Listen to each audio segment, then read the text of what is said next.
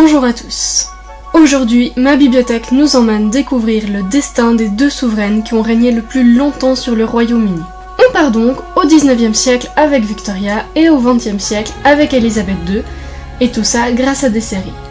C'est parti pour quelque chose de royal. Tout d'abord, la série Victoria et quelques informations pratiques. Victoria est une série d'ITV. Il y a pour l'instant une saison qui a été diffusée en 2016 de 8 épisodes, et une deuxième saison est prévue. Vous connaissez le jeu, mais dans quoi ai-je déjà vu cet acteur? Moi, je l'adore.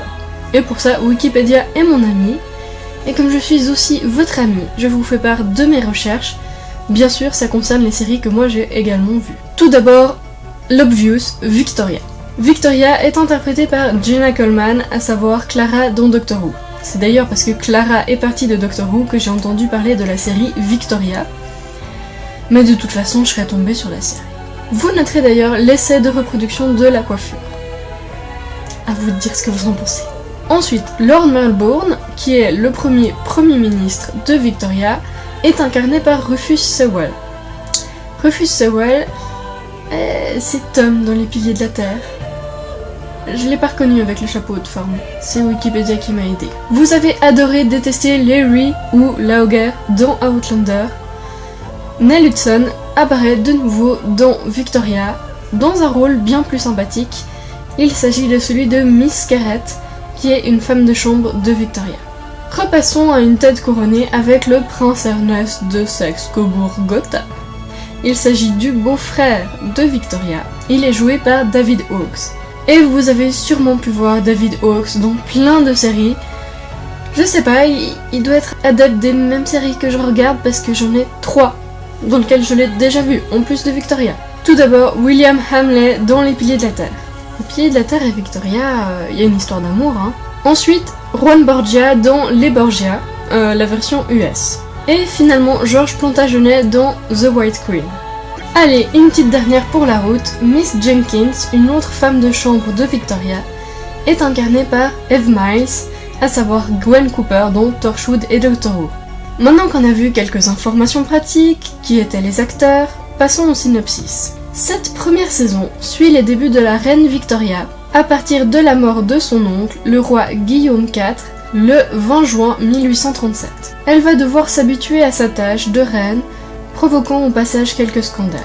Il lui faut également trouver un mari qui sera son cousin, le prince Albert de Saxe-Cobourg-Gotha. Pour les trucs historiques, je me permets de spoiler un petit peu. Et même s'ils s'aiment, tout ne peut pas être rose. En effet, dans une époque où le mari est censé avoir préséance sur sa femme, Albert n'a le droit de rien faire, il se retrouve dans le rôle d'un mari-objet. Et même si Victoria voudrait lui donner plus, elle est limitée par le Parlement qui refuse de donner plus de responsabilités à un prince allemand. Passons maintenant à mon avis. C'est une excellente série, les acteurs sont sublimes, l'histoire aussi et les costumes magnifiques. J'adore tout ce qui concerne l'histoire des têtes couronnées, c'est un peu mon dada, j'adore l'histoire et alors si en plus ça parle de têtes couronnées, c'est le must, la cerise sur le gâteau. Donc avec cette série, je suis bien lotie. Il y a ce qu'il faut d'intrigues secondaires, tout en suivant principalement Victoria. Un peu de politique, de l'amour, tout ce qu'il faut. Si je devais donner un petit détail qui me dérange, c'est qu'à mon avis, la série va un peu loin dans l'idée d'une romance entre Victoria et Lord Melbourne. Les faits sont que Lord Melbourne était le premier ministre de Victoria et qu'elle s'appuyait beaucoup sur lui car elle était inexpérimentée et très jeune. Pour cette raison, les journaux de l'époque ont fini par l'appeler Mrs. Melbourne. De là à y voir une vraie romance, pour moi ça va trop loin dans l'interprétation. Après, je comprends la tentation d'un point de vue scénaristique. Mais c'est mon petit défaut. C'est pas grand chose. Passons maintenant au XXe siècle. Pour aborder la série The Crown. Vous en avez peut-être entendu parler. The Crown est une série de Netflix dont la première saison est sortie en 2016. Je vous propose de continuer le jeu, mais dans quoi ces acteurs ont-ils joué? Seulement je vous préviens, là j'ai beaucoup moins de participants. L'évident c'est Matt Smith qui joue le prince Philippe. Matt Smith c'est mon petit chouchou, c'est le 11e docteur dans Doctor Who. C'est une des raisons pour lesquelles je regarde la série. C'est de loin pas la seule, hein, mais c'en est une principale. Le deuxième et dernier participant du jeu pour The Crown, c'est Alex Jennings, qui joue dans The Crown Édouard VIII, le roi donc qui a abdiqué, et qui joue dans une autre série, à savoir Victoria, le roi Léopold de Belgique, oncle à la fois de Victoria et du prince Albert.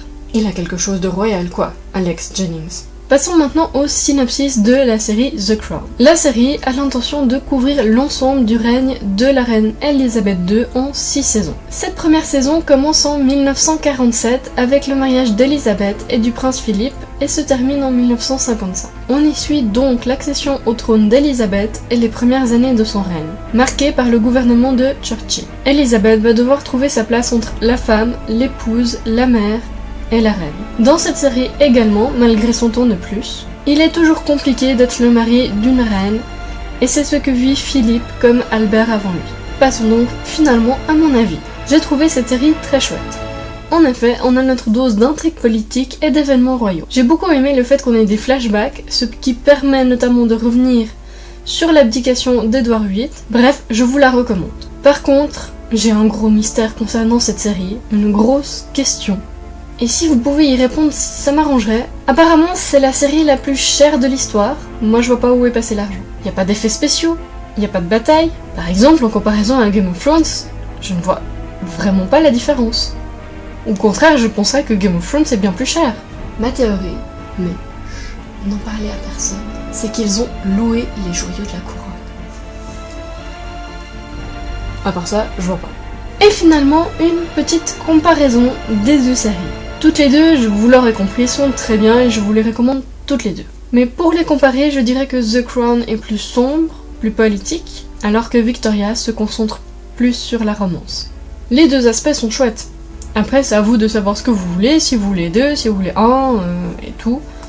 Voilà, donc je vous les recommande grandement. Sur ce, cette vidéo est maintenant terminée. Et oui, les meilleures choses sont une fois. N'hésitez pas donc à vous abonner à la chaîne pour ne rien louper. Et comme toujours, je suis sur les réseaux sociaux, donc Facebook, Twitter et Instagram, pour suivre par exemple mes lectures en cours. Sur ce, je vous dis royalement à bientôt pour de futurs voyages dans le temps.